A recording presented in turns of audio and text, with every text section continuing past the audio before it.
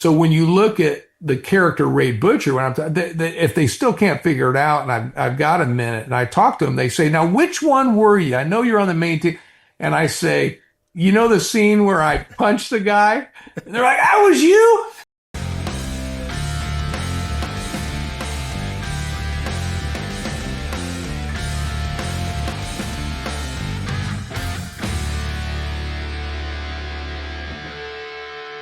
Welcome to the Grace Unfiltered podcast, where body, mind, and spirit meet through the transforming lens of grace. Today, we're celebrating the 40th anniversary of Hoosiers, a film many consider to be the greatest sports movie ever made. I know I do. It's more than basketball.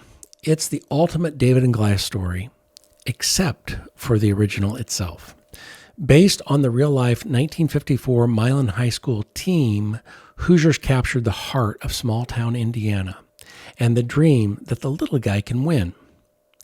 Our guest today, Steve Hollar, not only played a key role in the movie as Rade Butcher, but also lived out his own championship dream as a member of the Warsaw High School's 1984 Indiana State Championship team.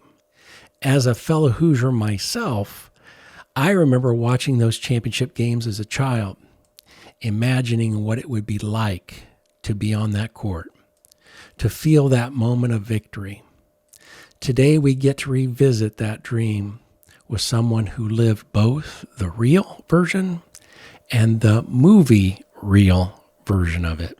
Steve, thanks so much for joining us today. We welcome you to the Grace Unfiltered podcast. Take us back to 1984.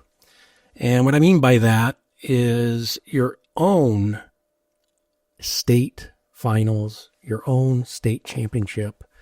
Just tell us what it's like to actually win an actual state championship game. Well, that's stepping back a little bit. I guess, first of all, thanks for having me on, and kind of exciting. I know your listeners will certainly walk away from this, if they're basketball fans, with a little more information, a little more knowledge. So I guess when you step back to the 80s and high school basketball in the state of Indiana, that's a pretty good timeline. That's a pretty good time to be a basketball player and to have a great team and be part of a great team. So my high school team, we're fortunate enough to win the state championship when I was a junior, point guard, starting guard for that team, and lucky enough to have that end well. That's when it was one class, the way it should be. Mm-hmm, mm-hmm. And we will get into that. We will talk about that at some length here in a little bit. And as you know, I'm a Hoosier too. I live in Oregon now. But I understand that culture, and it's why I really wanted to do this podcast celebrating the Hoosiers' 40th anniversary, and we will get to that as well. But the culture is really hard to describe because, as you alluded to, class basketball changed everything. I mean, the small schools had to beat the big guys, had to beat the giants, and that's really what made it a David and Goliath story for Milan, the original team.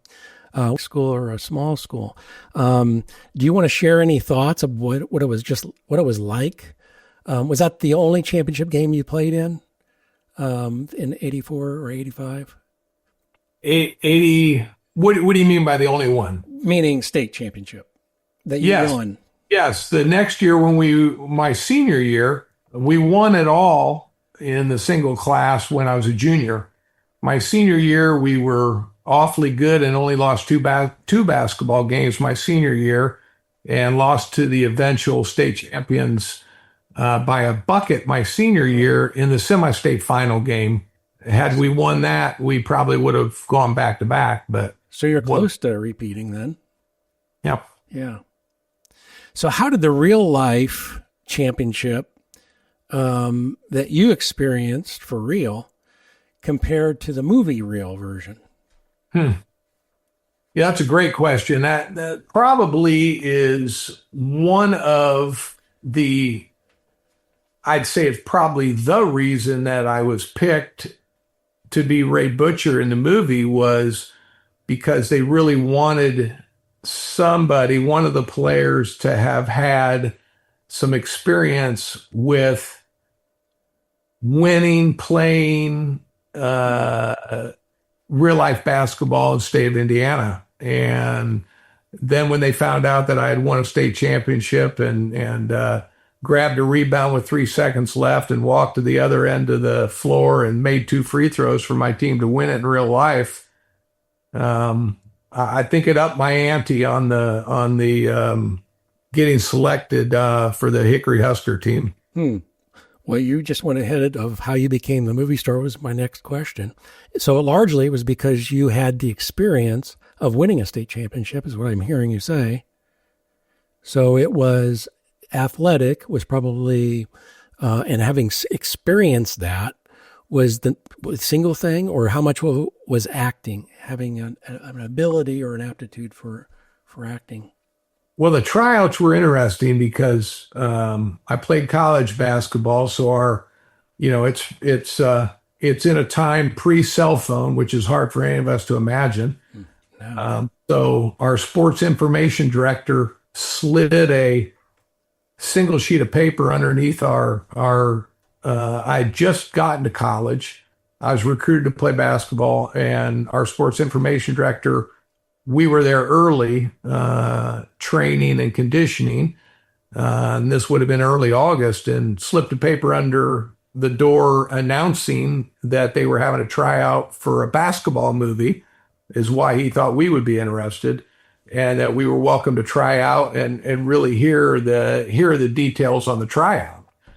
And I was new on campus, and I read it. I threw the paper to the side and didn't think much more about it. And one of my teammates, who happened to be Phil Wendell, who you might remember that name. Plymouth. Yeah. Scott Skiles. Listeners would know Scott Skiles and Phil Wendell. I played against them in high school too. Yeah, and they were close by. Phil was the point guard on my team that I was recruited to replace Phil.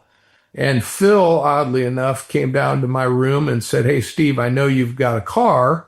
I don't have a car on campus. Would you be willing to tomorrow or the next day drive me to Indy, and you might as well bring your shoes and sneakers as well, and let's try out for that movie?"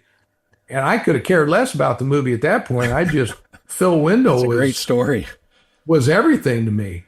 And as fate would have it, many tryouts later, Phil got cut and I got the part. So interesting how things happen like that. Back to your question. Was it really basketball or was it really acting? The first tryout we had was just kind of a cattle call. And really, we didn't know it at the time, but they were eliminating all the actors who came in dressed, didn't look like basketball players. And they had us run up and down and dribble and maybe shoot a couple layups and a couple jump shots. And Tom Abernathy from Indiana was the basketball coordinator, or one of them at the time. And he was part of, the selection process of, that direction. And if you went that direction, you went out the door and you were dismissed. If you went the other direction, then you got a callback, and the callback was a chance to read lines, which I had never done. And they would sit you in a room, and the acting came about at tryout number 2. And they just started in on a script, and you had to kind of figure it out. And they just launched and went. And I think they wanted to see how you really did on your feet, acting and thinking on your feet. And then it went from there. And we did more basketball tryouts and more reading of lines, et cetera. And the interesting part was they had tryouts in LA, Chicago, Indianapolis, and New York City. And they were hunting for eight kids. So it was a nationwide search. It was. I mean, that's a pretty big, broad search. And as fate would have it, David Nydorf, who played Everett on the team, the Hickory team, who was Dennis Hopper's son, the drunk's son. He was from LA. And he was actually in the Screen Actors Guild, and he truly was an actor. and he was not a very good basketball player, but he was a really good athlete. They selected him, and there were some scenes, if you remember his role, there were some scenes in the hospital where Dennis Hopper was drying out from alcoholism in the hospital, and he had to go in and kind of have an emotional scene. They felt like they really needed a real actor for that scene. And the other 7 of us, they picked nobody from Chicago, nobody from New York City, which wasn't a surprise. And the other 7 of us were from the Indianapolis location. Oh, that's interesting. Well, that makes it even more authentic then.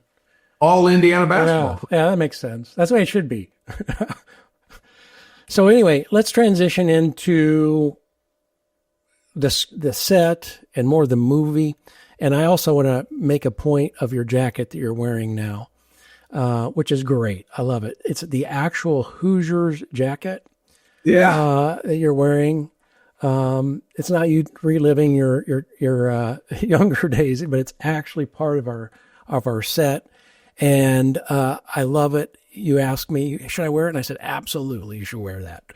So I'm glad you have it, and I'm glad you're wearing it. So I'm just glad it still fits. Oh, that's great. You're staying fit, Steve. Keep it up. So let me ask you about, you mentioned Dennis Hopper a little bit ago, and Gene Hackman unfortunately just passed away earlier this year. Do you have any stories about those 2 actors? Gene Hackman was such an A-lister, in terms of actors. And I'm sure our listeners are going to hear. I've got so many. I mean, I don't think you have enough time. Two that come to my mind. Two of my favorites were really when you look at and you think about, I guess, first Hackman and recognizing the greatness. I mean, he's not. If you watch Hackman's movies, they're all fabulous. They're all fantastic. And being the age I was, a little bit ignorant, I'm not really sure I knew who Gene Hackman was fully understood the scope of it. I know they were really excited. Paraphrase quickly, the first call out, he was actually their 3rd choice to be Norman Dale. Really? The first choice was Nicholson. Nicholson? Wow. Nicholson wanted the part. Jack Nicholson wanted the part, and they had a reading with him, and he liked the script, and he liked it, but they had a scheduling conflict. And Nicholson's people, and Nicholson obviously was buddies with Hackman, he actually got them in touch with Gene Hackman. In the meantime, they had asked a few other people, and really didn't work out. But Hackman really was their 3rd choice. But Jack Nicholson is to thank for Gene Hackman having that part. And Hackman took the part, and I think what a lot of people don't realize is when they had whittled, and he knew he had to be a coach, and he knew he knew what his role was, and he knew by and large the 8 of us were not actors, that we were ball players, and we had to do some acting. So I think the part I always respected about him was the first week on set was private acting lessons at Gene Hackman's request, with Gene Hackman and the 8 of us in a room for a couple days. Can you imagine what private acting lessons with Gene Hackman would go at a silent auction? So for sure. I always respected him, but we met him, and he was just a blue jean normal guy, and he really, from the first moment we met him, he kind of took on the coach role. We didn't realize it at the time, but he was kind of developing his own character while coaching us up. Interesting. And giving us private lessons, and really going through some of the things that Dustin Hoffman and Gene Hackman and Jack Nicholson, when they were roommates in acting school in New York City, some of the things that they had learned themselves. And that probably put your mind at ease too, a little bit, because you're used to having that coach figure.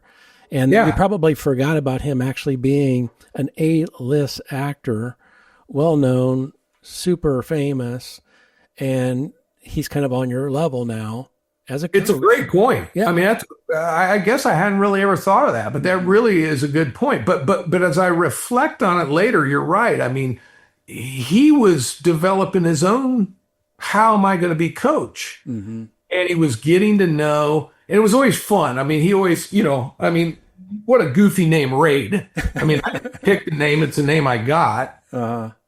He would, he knew our first name. He knew my name was Steve, and I don't, it took 3.5 months to film. I don't know if he really knew our last names, but he would call us by our character. Yes, your character. Call me Ray. Yeah. And it was. Do you know? Do you know if he was ever a coach, or he's into sports, or did he just? Oh yeah, we did. We found out he played high school basketball. He's from Danville, Illinois, of all places. A Midwestern guy. He loved basketball, and he understood it, and he loved the part. Yeah. And a lot of people said, well, he really was supposed to emulate Bobby Knight, because Bobby Knight, they won it in '87. There's so many parallels to the IU team, because the release of the movie happened very, very close to the time that Steve Alford and that team won the 1987 national championship. So there were so many things that happened throughout this movie that just were fate and destiny and just meant to happen that way. But the answer is no. He wasn't really trying to emulate Bobby Knight. I think he took some things from Bobby Knight, and he was such a big person at the time, you couldn't not. But I heard people ask Mr. Hackman after the fact, were you trying to be Bobby Knight? The answer was no. So I think he emulated his high school coach, and there he is, emulated his high school coach some. And, I know he spoke highly of Coach Wooden as well from UCLA, who's an Indiana guy. Exactly. And I think Hackman was smart enough to take pieces of his own and then make Norman Dale his own guy. Yeah. And it started with those acting lessons. Yeah, that's neat. Okay. In terms of style, you mentioned coaching style. I can't help but think that Bobby Knight emulated or adopted the strategy of the real Milan team. Remember the 4 passes? Although I think Bobby Knight was every 5 passes before you shoot. And we're kind of jumping the gun because your character, we'll see a little later on, had your own mind or his own mind, and that is shoot when you had a shot or when you were feeling hot. And we'll get to that in a little bit, but that was a really neat sequence in the movie where the crowd was going crazy, but the coach was not going crazy on the sideline. Okay, so that's a good synopsis and experience with Gene Hackman. What about Dennis Hopper? Any behind the scenes or on set experiences with him? I'm glad you asked, because a lot of people don't give you a chance on that. And Hopper was the other side of the coin to Hackman. Hopper was this little fella. You wouldn't view him as athletic, and he wasn't. He had never played basketball, and we would be out there at times when they were setting the scenes of the lighting, and Hackman had come out and shoot, and he was a pretty good shot. Hopper had come out, and I'm not even sure Hopper knew how to hold a basketball. And really how Dennis Hopper got involved is the script called for an assistant coach who had some conflict, Hackman had his own, history, so to speak. And the script called for an assistant coach who was the father of one of the players who had coached at Hickory before, but had some substance abuse, drinking problems, and And that gets played out in the movie. And they were trying to find out an assistant coach, I know, and they really wanted Hopper. When they inked Hackman and they contacted Hopper's people and they said, we have Hackman inked as a coach, Hopper was in. And I think he was in before, because a lot of people don't know, now transition to real life. Dennis Hopper came, I don't know for a fact if it was straight away, but I'm going to say my memory serves as he came pretty straight away from the Betty Ford Clinic. He was in another stint of rehab in real life. And another fact that I learned just recently from the writer of the movie and the director, David Angelo and Angelo Pizzo, was the Hemdale Corporation, who was underwriting the movie, when they signed Dennis Hopper, they canceled their insurance because they thought Hopper was a real life risk to insuring the movie. So it almost didn't get off the ground because of the risk they thought Hopper was. And they had to go out and find other insurance. And that story doesn't get told often, but that was the truth. So Hopper arrives on the set from Betty Ford, and, you know, you don't film a movie from page 1 to page 152. You jump all around. And the first filming that we ever did was the regional game where Dennis Hopper comes stumbling out. He had been drinking, and he comes stumbling out on the floor, and a technical foul gets called because they realize he's part of the Hickory team. And that was some of the first filming we did. And how Hopper prepared for that scene was, I watched him do it in amazement.